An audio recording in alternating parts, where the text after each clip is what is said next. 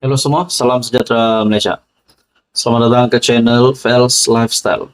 Tonton Bapak yang amat dihormati, kita mendengar sebelum ini, rasanya mungkin seluruh Malaysia, seluruh pelosok Malaysia sudah mendapat berita baik di mana yang di Pertuan Agong ke-17, gelaran ataupun jawatan yang di Pertuan Agong ke-17 akan ditabalkan kepada Baginda Sultan Johor. Teman-teman, ini pasti satu berita yang amat menggembirakan ramai. Namun di sebalik berita yang gembira itu, terdapat satu lagi artikel yang bagi saya pasti mengejutkan ramai. Artikel dari Malaysia Kini, yang mungkin juga bukan saja mengejutkan, bukan saja menggemparkan, tetapi juga mungkin ada yang akan merasakan kesedihan ataupun pilu. Satu artikel daripada Malaysia Kini, Sultan Nazrin luah rasa pilu pada rakyat Palestin.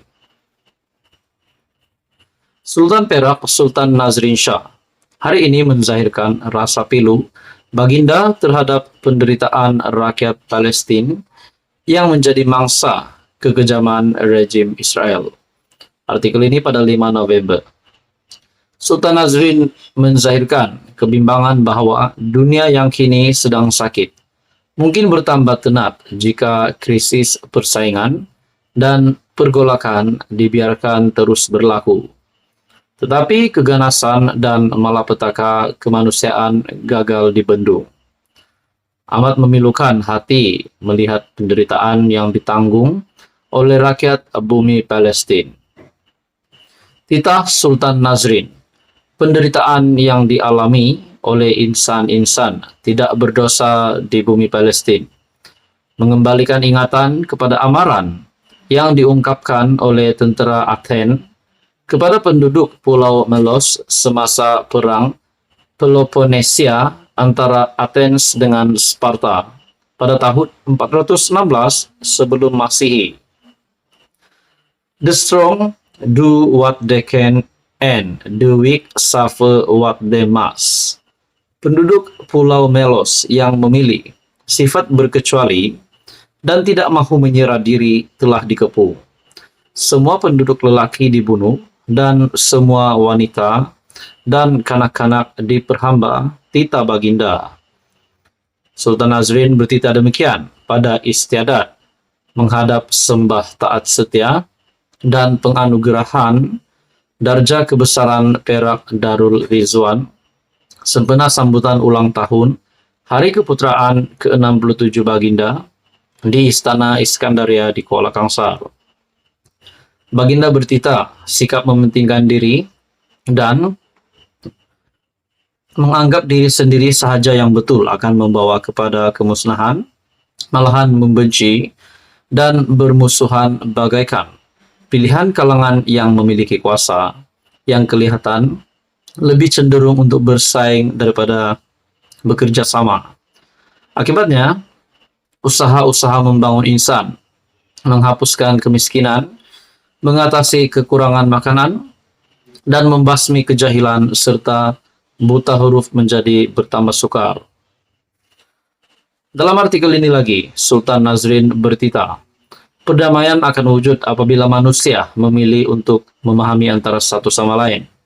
Titah Baginda lagi, suara kebenaran di tengah arus yang memilih untuk berkonflik dan usaha perdamaian dalam dunia yang memilih untuk berperang memerlukan kekuatan, ketabahan dan keberanian luar biasa.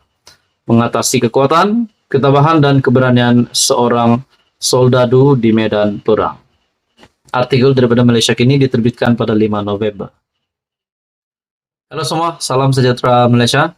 Selamat datang ke channel Fels Lifestyle. Nah, perkongsian hari ini adalah berkaitan dengan nama dua bekas Perdana Menteri, yaitu Tan Sri Muhyiddin Yassin dan juga Datuk Seri Najib Razak.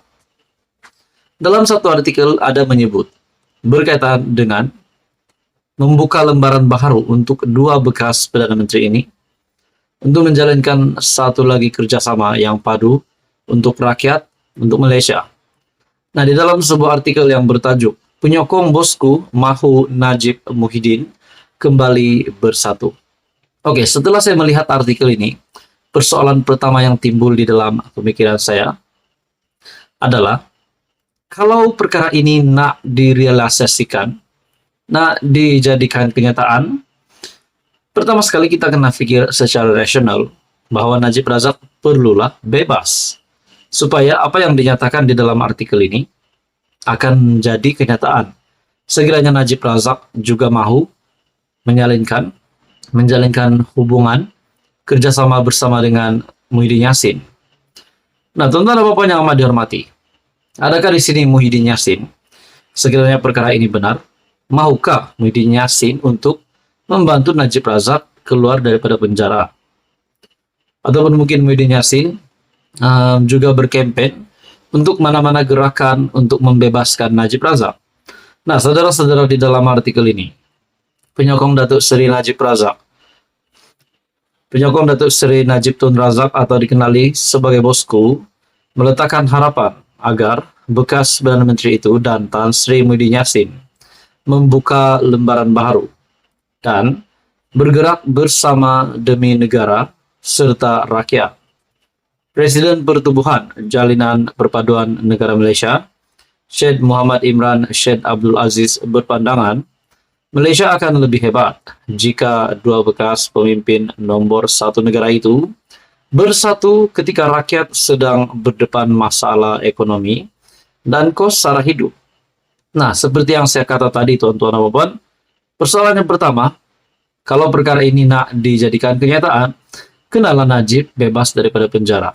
Dan yang kedua pula, adakah dengan kerjasama ini, PAS juga akan bersetuju bahwa Muhyiddin Yassin, Presiden Bersatu, menjalankan hubungan ataupun kerjasama bersama dengan bekas Perdana Menteri Najib Razak?